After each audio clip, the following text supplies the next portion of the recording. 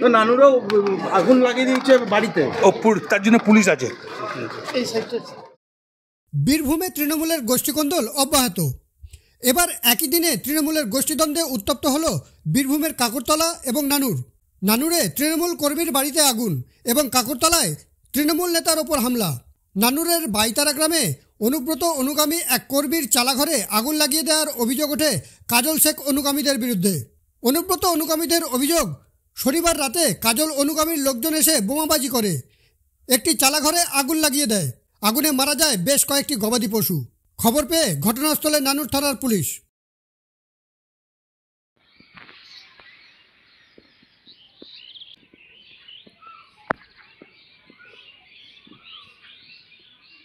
Sir, আমি কেষ্ট ঘনিষ্ঠ বলে কাজল ঘনিষ্ঠরা দুদিন আগে আমাকে অ্যাটাক করে। আমাদের ছেলেরা সব আমাদের ছেলেদেরকে তাড়িয়ে গ্রাম ছাড়া করে দেয়। আমি কোনো রকমে গ্রামে লুকিয়েছিলাম।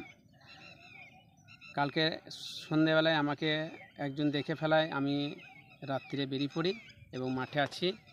আর কালকে গত রাত্রি রাত 11টা নাগাদ আমার বাড়িতে অ্যাটাক করে এবং বোম ছুঁড়ে আমার একটা বসতবাড়ি পুড়ে নেয়, কিন্তু চালাবাড়িটা পুড়ে গেছে। আমার ওখানে ছাগল, তারপরে আরও অনেক কিছু আসবাবপত্র ছিল, সব পুড়ে ছাই হয়ে গেছে। সকালে আমার ভাই আমাকে ফোন করে যে এখন দুটো তাজা বোমা পাওয়া যায়। আর নানুরাও আগুন লাগিয়ে দিয়েছে বাড়িতে, তার জন্য পুলিশ আছে।